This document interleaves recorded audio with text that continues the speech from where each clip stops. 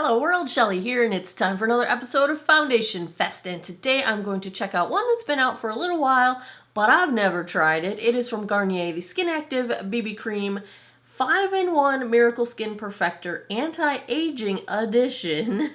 Retails for $14.99 for 2.5 ounces or 75 mils of product. That's like $6 an ounce. So this is way in the reasonable price range as far as the drugstore goes.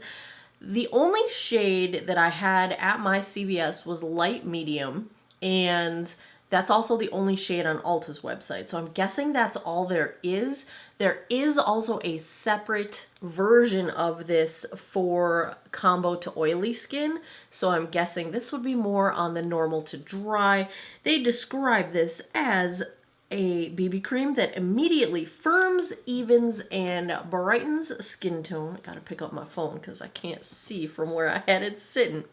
Anti-aging BB cream with antioxidant apricot, pro-xylane, and SPF 15. Now I want to point out the packaging is different in terms of the ingredient list than Ulta's website.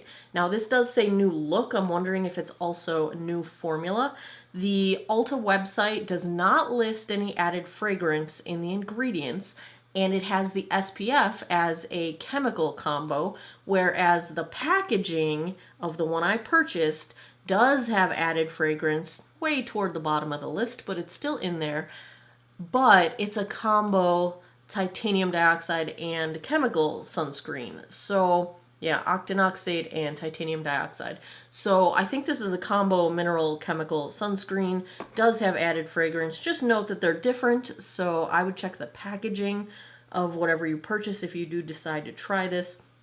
They say it reduces wrinkles, firms skin, evens skin tone, and deeply hydrates, and helps prevent sunburn. Don't rely on this as your only SPF. SPF 15 is not that much to begin with, and generally speaking, you're probably not going to put enough of a complexion product on your face to get the stated SPF. So wear a full SPF underneath.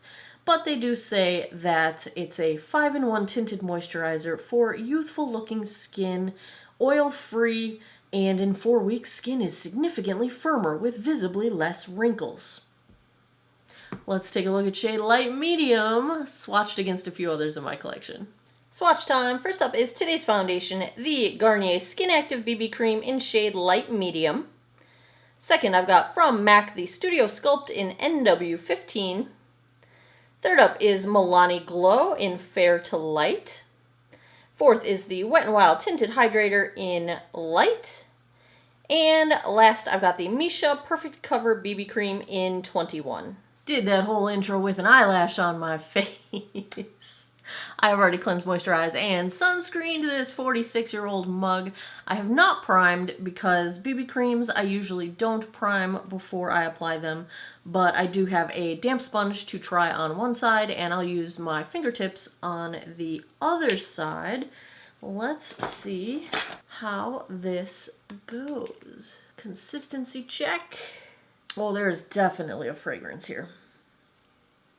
It's fruity. Definitely notice it.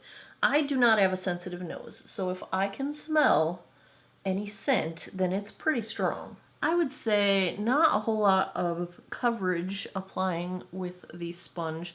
A good amount of product does seem to have soaked into the sponge. I generally use fingertips when applying BB creams. Let's try that side. The shade is not as dark as I expected it to be. I've got just the tiniest bit of self-tanner left out. No, it looks like it's mostly gone. I haven't applied it in over a week, so I'm close to my winter shade again. I thought I was going to get away with saying I had a little bit left. Nope.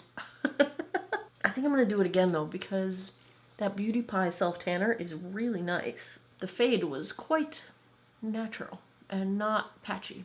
Yeah, this isn't really coverage. We're in tinted moisturizer land. I don't think we're going to get a ton of coverage out of this. I do think we are getting a little bit of redness correction. I'm just looking at my chin. Not a lot. Not much in terms of coverage. Let's take and try and even this out a little bit on the other side and see where we end up. This does take a little bit of sort of massaging into the skin.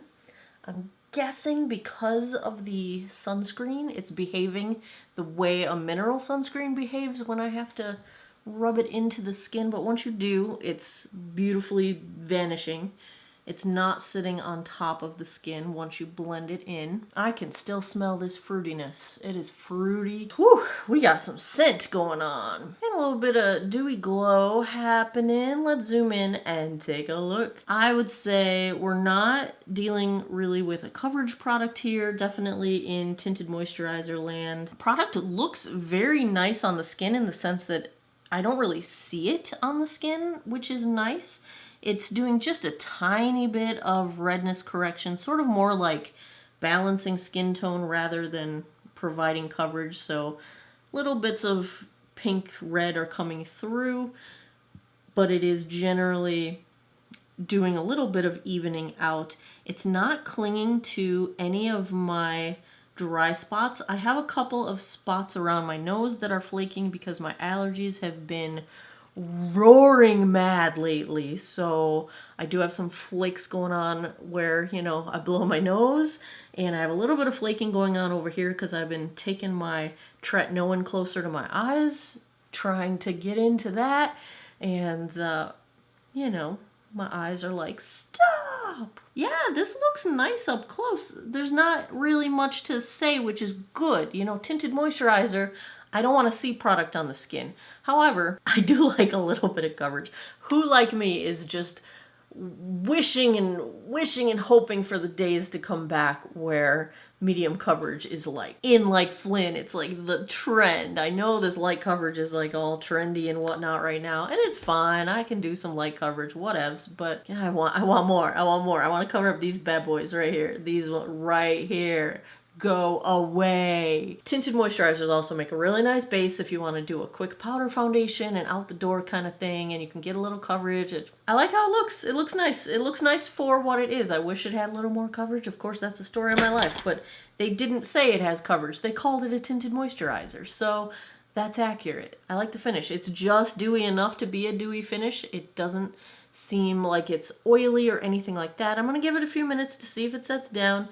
And if I need to powder, I'll powder. It is 1:04 p.m. Let me go put the rest of my face on. I'll be right back. Back with the Garnier SkinActive BB Cream. For as light of coverage as this is, I feel like it's actually a really nice base. I am wearing on the rest of my face, did not have to set this with powder. I went with some cream products. I've got the combo I've been loving of the e.l.f. Putty Bronzers for sort of contour and bronzing. My blush, cannot get enough of this stuff, you guys. It's so much fun. The Euphoria color changing blush oil.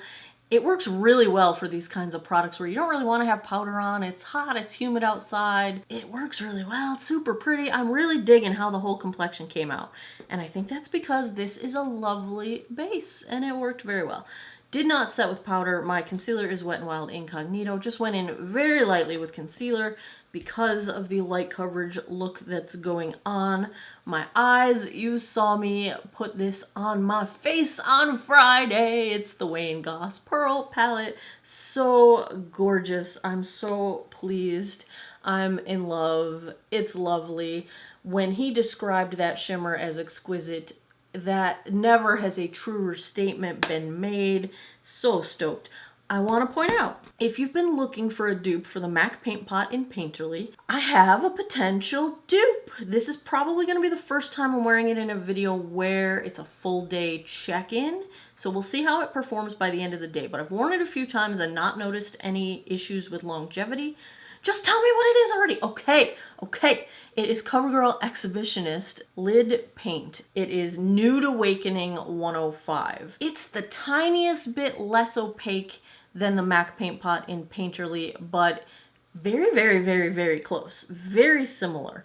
And I do like that it's in a tube, so you don't gotta put your grubby paws in the jar like so. And I feel like it won't dry out because it's in the tube versus the jar, although I have really good luck with mixing up that little jar, my MAC Paint Pot. Thank you for the tip. You guys had told me that in the comments, and it's brilliant. You've extended the life of my paint pots forever more. But cruelty-free, pretty doggone close to a dupe, I would say. There you have that.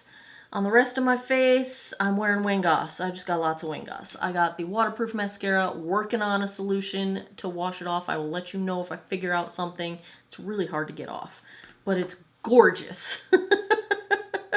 KVD Cake Pencil for my liner, Flower Beauty highlighter for my lower waterline, and my lip is the Wayne Goss. This is his lip pencil in Sepia, and I've got his gloss in Petunia. That is what I'm wearing on this mug. I'm gonna go about the rest of my day. I will come back in a bit with a daylight check-in, then I will come back tonight, give you guys my final thoughts. Hey guys, it's been about 4.5 hours. Don't know what the heck my hair is doing over there, but here is where we're at with the Garnier. I'm just getting my first look as well. It looks pretty much the same now that I'm not self-tanned. It's a little dark, just a little. Blush and bronzer seem like they're still holding intact, so that to me says the product is kind of staying put. Even though it didn't start with much coverage, I don't feel like the finish has changed. It seems equally dewy as it started out. I think it's looking pretty good. Feels like nothing. Lightweight, totally lightweight. There you have it. I'll be back tonight. 12:08 a.m. That puts us right around the 11-hour mark. Let's take a look at how the Garnier SkinActive BB Cream held up. First, I apologize for missing the close-up of the before. I just totally forgot to film it. We will get a close-up of the after. Have no fear. Comfortable, super lightweight. I think this degrades very gracefully in the sense that I don't see anything caked up. I don't see any product on my skin, and I didn't see any product on my skin when we started out, so nothing's sliding around, nothing's gunking up. I like that. For dry skin, it's not drying by any stretch. My skin feels totally fine, but I do think it looks like it's a little more dehydrated than when we started out today. So I'm not going to say it's drying, but I would say it's not hydrating, if that makes any sense. It's not going to give you, you know, a wash of flood of moisture if you have dry skin. That said, I don't feel dry. I don't feel flaky. I don't feel dehydrated. I think it just looks like it's borderline. So I think it's okay for dry skin. It might not be enough for super dry skin. You might want to moisturize underneath this. That's not unusual for me anyway, so I don't think that's a super huge downside. Let's zoom in and take a closer look. Like I said, you know, I don't really see much going on. My blush and bronzer are still visible. You know, they were pretty lightly applied to begin with, but I still see them. They haven't moved around. I don't see any product in any lines or any pores, so we're not having issues with, you know, product moving, caking, flaking, gunking up, nothing like that. I think the finish still looks identical to what my skin looked like before. Maybe a little bit less dewy, so I think there may have been a little bit of evaporation of product, or, you know, dissipation, or whatever you want to call it, but I think it looks very similar to when it was first applied. A tiny bit less coverage. We didn't really have coverage to begin with, but I see a little more redness on my chin, so a little bit less of the evening out of skin tone, but at the 11-hour mark, that's probably also to be expected. I think the wear time is good. I've been on a Discord, my D&D game, for the past 4.5 hours tonight, and I looked totally fine the whole time. So very pleased with how it looked on screen, over live streaming. So if I had to give a grade to the Garnier SkinActive BB Cream, I'm going to go A-, because could be a little bit more hydrating. And the primary reason though is this is the only shade that I think it comes in, and it's going to be kind of limiting because without it being a coverage product, obviously you can get a little bit more leeway on either side, more fair or more deep in tone. This still is not gonna work for everybody. You can't just have one shade. Like, that's just not, it's not gonna work for everybody. So if you can fit within this light to medium, and I'd say it probably scooches into like the darker end of fair and maybe toward the darker end of medium, but you're still leaving out the fairest of the fair and the deep end of the spectrum. So that's a bummer. I wish they would have more shades. That would be really cool. I would be really happy. So we're gonna go A-.